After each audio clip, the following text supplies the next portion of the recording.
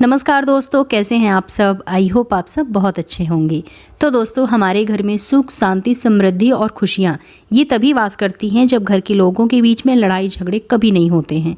हमारे शास्त्रों में ऐसा कहा गया है कि जिस घर में लड़ाई झगड़े होते हैं, क्लेश होता है, वहाँ माता लक्ष्मी का वास कभी नहीं होता है। लेकिन क्लेश होने का असली कारण क्या है, क्या आपने कभी सोचा है? दोस्तों, पति पत्नी दोनों एक दूसरे के जीवन साथी होते हैं, जन्म जन्म के साथी होते हैं। जब एक स्त्री और पुरुष का विवाह होता है तब दोनों जन्म जन्म के लिए एक पवित्र बंधन में बंध जाते हैं। दोनों के बीच का अटूट प्रेम उन्हें जीवन भर एक दूसरे से बांधे रखता है। लेकिन एक समय ऐसा भी आता है जब दोनों के बीच में संघर्ष उत्पन्न होने लगता है। दोनों के बीच में असामान्य रूप से लड़ाइयाँ शुरू हो जाती हैं, जिसकी वजह से उनका सुंदर सा रिश्ता भी कड़वा हो जाता है। लेकिन दोनों के बीच हुए क्लेश से दोनों में से कोई भी खुश नहीं रहता है और रोज रोज के लड़ाई झगड़े और क्लेश के कारण धीरे धीरे संबंध भी टूटने लगते हैं। यदि आप गौर करें उन बातों पर जिन पर आप झगड़ा करते हैं, तो आप पाएंगे कि जिन बातों के लिए आप दोनों झगड़ रहे हैं, उनमें से अधिकतर बातों का तो कोई कारण ही नहीं है। अपितु वहाँ ऐसी कोई वजह ही नहीं है, ऐसा कोई रीज़न ही नहीं है जिस पर आप दोनों झगड़ रहे हैं। किंतु फिर भी झगड़े का असली कारण क्या है, क्या आप जानते हैं?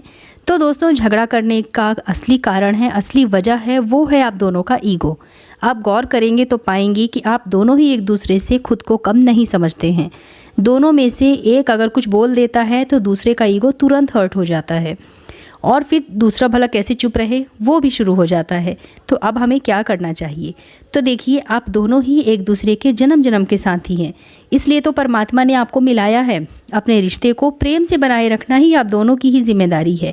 इसलिए जब भी पहला किसी बात पर आपसे नाराज़ हो रहा हो, चाहे उसमें आपकी गलती हो या ना हो, फिर भी आप अपने ईगो को साइड में रख करके मौन रहें। याद रहे कि महाभारत में भी श्री कृष्ण ने अर्जुन को गीता का उपदेश देने से पहले उनकी सारी बातें ध्यानपूर्वक सुनी थी।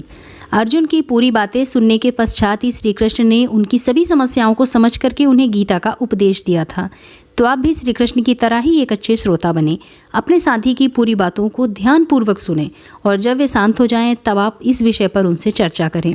यदि आपकी गलती है तो आप उन्हें समझाते हुए उनसे माफ़ी मांग लें और आप पाएंगे कि उन्होंने आपको बड़ी ही आसानी से माफ़ कर दिया है। यदि आपकी गलती ना भी हो तब भी आप उन्हें शांत होने दें और उसके बाद उनसे प्रेम पूर्वक बात करें। तब आपके पार्टनर भी आपको भी समझेंगे और यह भी मानेंगे कि यहाँ आपकी कोई गलती तो थी ही नहीं। अब आपके मन में एक सवाल ज़रूर उठ रहा होगा कि हमेशा मैं ही क्यों चुप रहूं? तो यह केवल आप दोनों का ही रिश्ता है, इसे संभालना भी स्वयं आप दोनों की ही जिम्मेदारी है। आपका साथी भी यही चाहेगा कि आप दोनों का संबंध खराब ना हो। इसलिए जब आप उन्हें प्रेम से यह बात समझाएंगे, ये वीडियो उन्हें दिखाएंगे, तो वो इस बात को ज़रूर समझेंगे।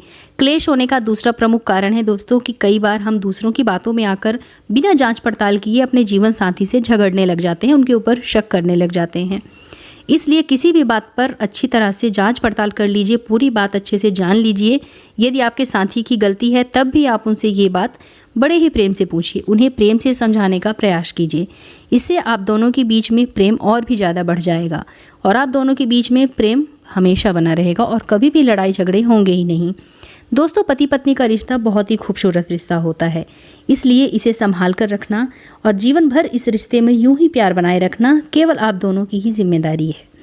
तो दोस्तों, उम्मीद करती हूँ कि आप लोगों को मेरा आज का ये वीडियो ज़रूर पसंद आया होगा।